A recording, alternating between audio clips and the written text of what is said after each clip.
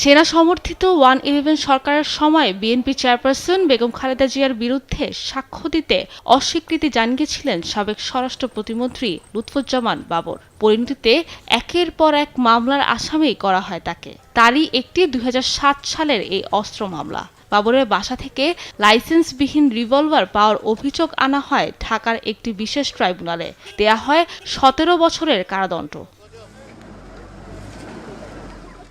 বুধবার এই অস্ত্র মামলায় বাবরকে খালাস দিয়েছেন হাইকোর্ট। রায়ের পর্যবেক্ষণে আদালত বলেছেন, বাবরের বিরুদ্ধে পুরো বিচার প্রক্রিয়াই ছিল অবৈধ।